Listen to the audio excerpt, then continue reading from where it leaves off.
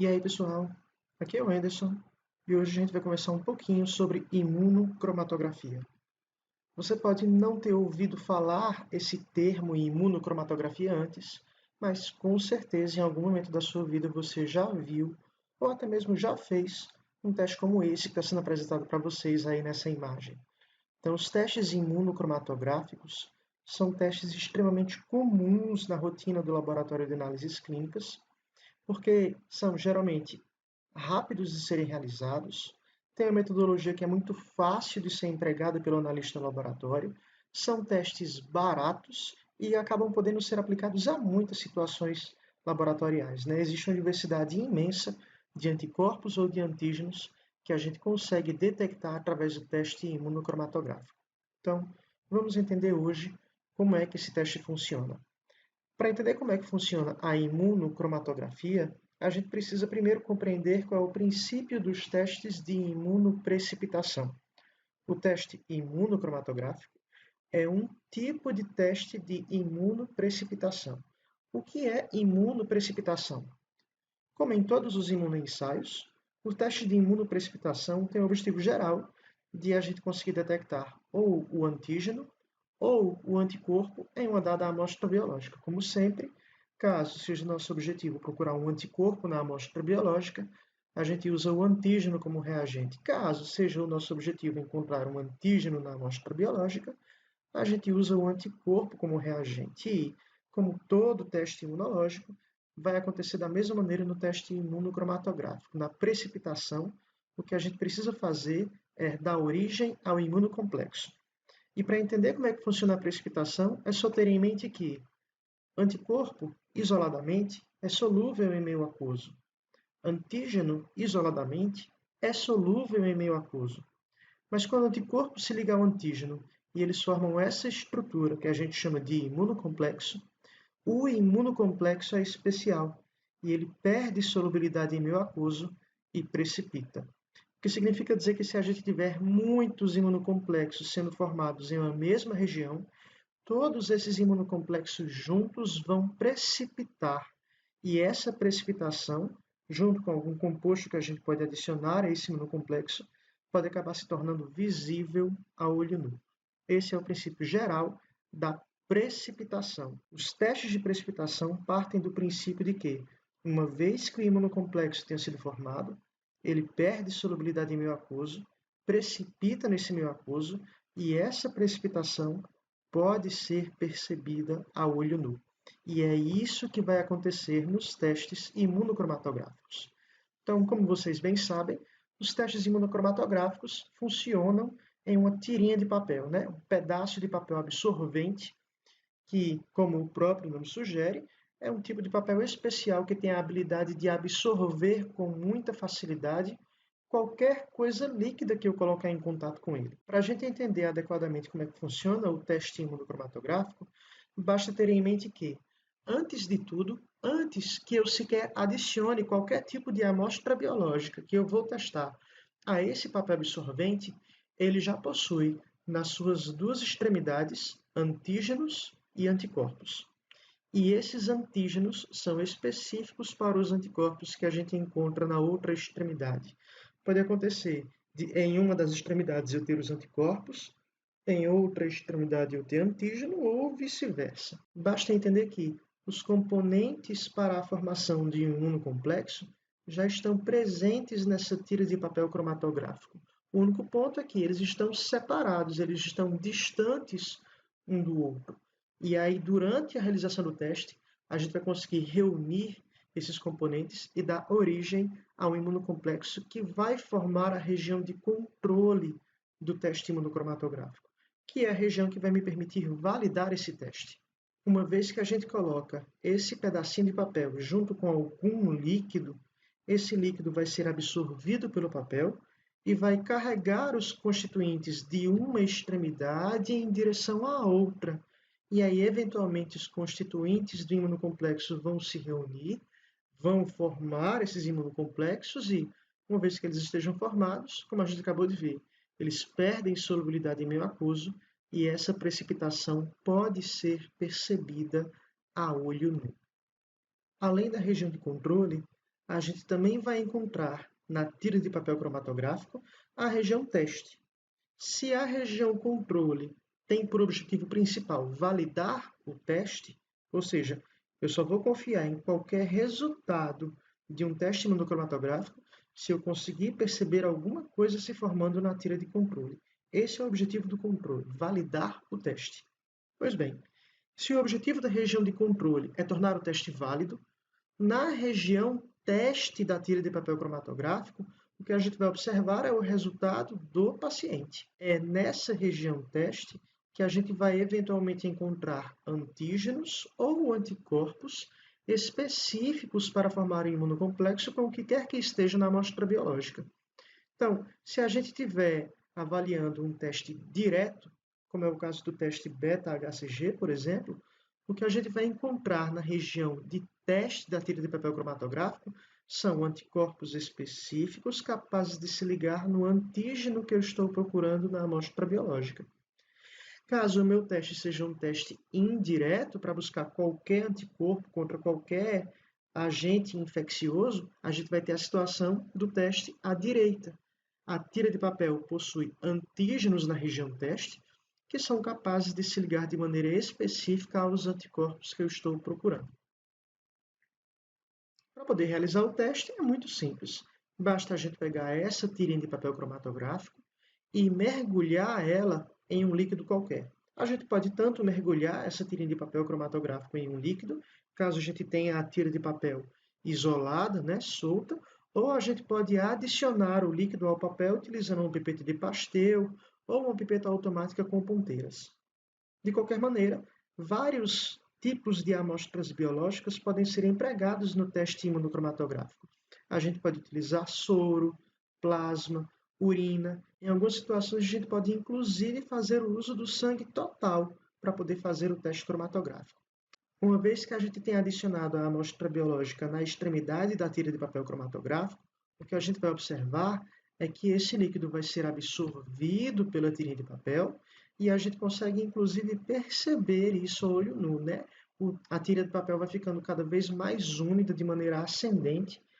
Na maioria das situações, o fabricante pede para que a gente coloque essa tirinha de papel posicionada de maneira horizontal sobre a bancada. Mas mesmo que a gente deixe o papel em pé, a gente consegue perceber que o líquido vai vencendo a força da gravidade, dada a capacidade absorvente dessa tira de papel. E aí o que vai acontecer é que todos os constituintes da matriz biológica, antígenos, anticorpos, tudo o que está nesse líquido, vai migrando por esse papel e eles vão carregando, inclusive, os antígenos ou anticorpos que já estavam lá embaixo, na parte inferior. O que a gente espera depois de alguns minutos, podem ser 5 minutos, podem ser 10 minutos, em algumas situações, depois de 2 minutos de ter colocado a amostra biológica, a gente já tem resultado visível, é algo realmente muito rápido. Depois de alguns minutos, a gente vai perceber que esse papel se torna completamente úmido e a gente consegue perceber a formação de bandas visíveis. Essas bandas visíveis podem se apresentar de diferentes maneiras. Na situação em que apenas uma banda visível apareceu para você a olho nu, o que a gente tem é um teste negativo. Essa banda visível única que vocês estão vendo no exemplo aí do lado direito de vocês, representa a banda da região controle, ou seja, os constituintes da formação do imunocomplexo que estavam na extremidade inferior da tira de papel foram subindo pelo papel junto com o líquido da matriz biológica, alcançaram a outra extremidade, formaram o imunocomplexo perdeu solubilidade em aquoso e precipitou e se tornou visível a olho nu. Mas foi só esse imunocomplexo que se formou.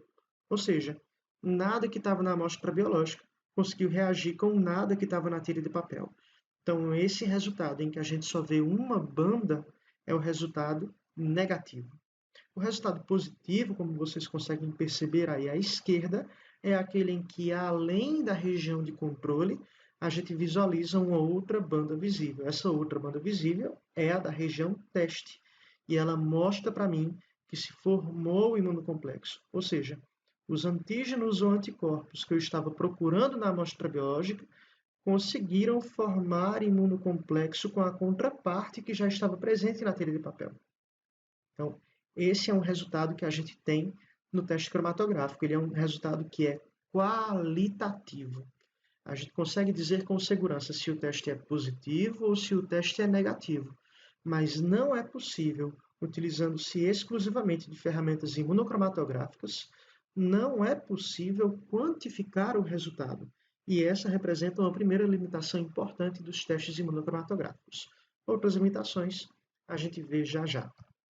Um aspecto importante dos testes imunocromatográficos é o fato de que essas bandas visíveis podem ter diversas cores diferentes. Elas podem ser de tom avermelhado, elas podem ser de tom bem escuro, puxado para cinza ou preto. Tudo depende do constituinte que o fabricante decidiu colocar junto dos antígenos ou anticorpos que já estão aí na tirinha de papel para poder facilitar a visualização dessas bandas a olho nu. Na maioria das vezes, os fabricantes utilizam um composto chamado ouro coloidal, mas outras substâncias também podem ser adicionadas com o objetivo, basicamente, de facilitar a visualização dessa banda na tirinha de papel.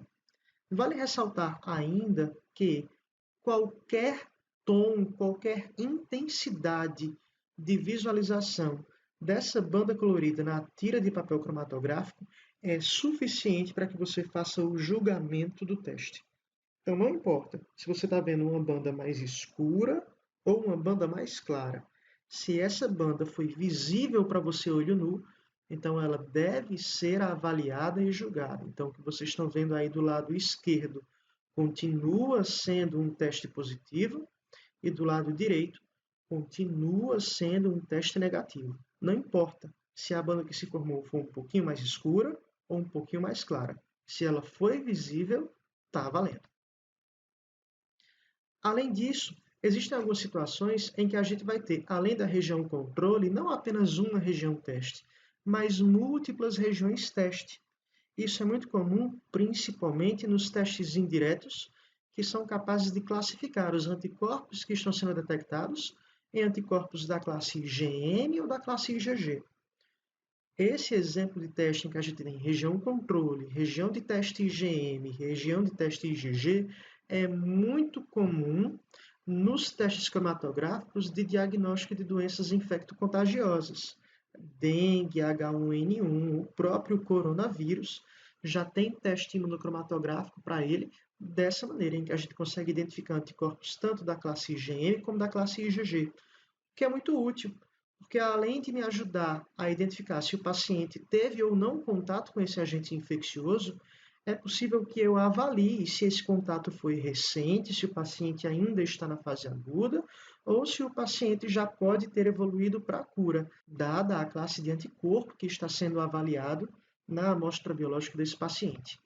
Então, a partir daí, a gente tem várias possibilidades. Na possibilidade 1, o que a gente está vendo é um teste válido, porque se formou o banda controle, em que o paciente tem tanto IgM como IgG. No teste 2, o que a gente está vendo é um resultado válido, porque se formou o banda controle, mas o paciente só tem IgM, ou seja, é muito provável que ele esteja na fase aguda inicial, que ele tenha acabado de adquirir a doença.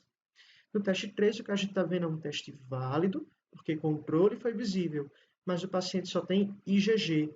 Então, ele pode ter tido a doença e já pode ter se curado, ou, a depender da doença que está sendo avaliada, existe a possibilidade ainda de se caracterizar por uma cicatriz sorológica, ou seja, um paciente vacinado, ou ainda um paciente que possui a doença em fase crônica. A interpretação adequada vai depender, obviamente, da situação vacinal do paciente e do tipo de doença que está sendo avaliada. E na situação 4, o que a gente está vendo é um teste inválido. Isso é muito importante. Não importa o que acontece na região teste, se a região controle não for visível para você a olho nu, esse teste não é válido. Significa dizer que, nessa situação, você tem que pegar um outro teste, uma outra tinta de papel e fazer novamente a avaliação do paciente. Porque se a banda controle não for visível a olho nu, nada que aparece na região teste pode ser considerada. Se a região controle não se formar, você não pode confiar que a amostra biológica conseguiu passar por toda a extensão da tirinha de papel. Então, o que você está vendo na região teste pode ser fruto, de fato, de alguma interferência qualquer. Se a região controle não se formou, a gente não confia no teste cromatográfico. E aí, no final das contas, mais uma vez, né, a nossa visualização vai ser mais ou menos assim. Testes de gravidez funcionam desse jeito, os testes para triagem diagnóstica de doenças infecto-contagiosas funcionam desse jeito, as possibilidades de atuação de teste imunocromatográfico são muitas, né? Porque, mais uma vez, são testes baratos, de rápida realização e que conseguem me dizer muita coisa a respeito do paciente. Qual é o problema do teste cromatográfico? É que ele não pode funcionar, na maioria das situações, como ferramentas de confirmação diagnóstica. Ou seja, os testes cromatográficos apresentam um valor preditivo negativo que é muito superior ao valor preditivo positivo, o que quer dizer que a gente confia muito na situação em que o teste cromatográfico me dá um resultado negativo. Mas na situação em que, por cromatografia, o resultado é positivo, a gente vai precisar fazer uma confirmação. A gente confia muito no resultado negativo liberado pelo teste, porque ele libera verdadeiros e negativos em uma taxa bastante elevada. Mas a contrapartida dele é que podem haver resultados falsamente positivos. Existem alguns testes cromatográficos em que a taxa de falsos positivos pode ultrapassar os 30%. Ou seja, pode acontecer de que 3 de cada 10 pacientes que apresentam resultado positivo em um teste cromatográfico não têm a doença. E o que a gente está vendo ali é fruto de uma reatividade cruzada, por exemplo. Então, é preciso tomar essa precaução com o teste cromatográfico, compreendendo a limitação dele e compreendendo também, mais uma vez, que ele é um teste exclusivamente qualitativo. Só de olhar para a tirinha de papel, mesmo que eu esteja avaliando para uma tirinha mais escura ou uma tirinha mais clara, eu não consigo afirmar com segurança a quantidade de absolutamente nada. O meu resultado se limita a positivo ou negativo. Então, como a gente está vendo aí nas imagens, inclusive nessa imagem aqui da direita, em que essa alma cebosa está segurando o teste com a mão sem luva. Vocês nunca vão fazer isso. Mas podem ter certeza absoluta do que eu estou dizendo a vocês agora. Se vocês são aspirantes a análises clínicas, com certeza vocês vão fazer muito esse teste na rotina laboratorial. Vale ressaltar, por último, que esse princípio metodológico que eu estou apresentando para vocês é o princípio metodológico geral, é o princípio metodológico da maioria dos testes imunocromatográficos, mas não de todos. Da mesma maneira que existem muitas aplicações para os testes imunocromatográficos, existem também muitas possibilidades metodológicas. Então, existem cromatografias em que é possível fazer a detecção de múltiplos analitos simultaneamente de uma mesma amostra biológica, existem métodos cromatográficos que funcionam por competição, então a nossa visualização de controle e de teste vai ser um pouquinho diferente dessa que eu mostrei para vocês, mas esse princípio apresentado é o que se aplica à grande maioria das situações. Espero que tenha sido produtivo. Se tiverem qualquer dúvida, por favor, não deixem de me perguntar. Muito obrigado a todos vocês e em paz que o Senhor vos acompanhe.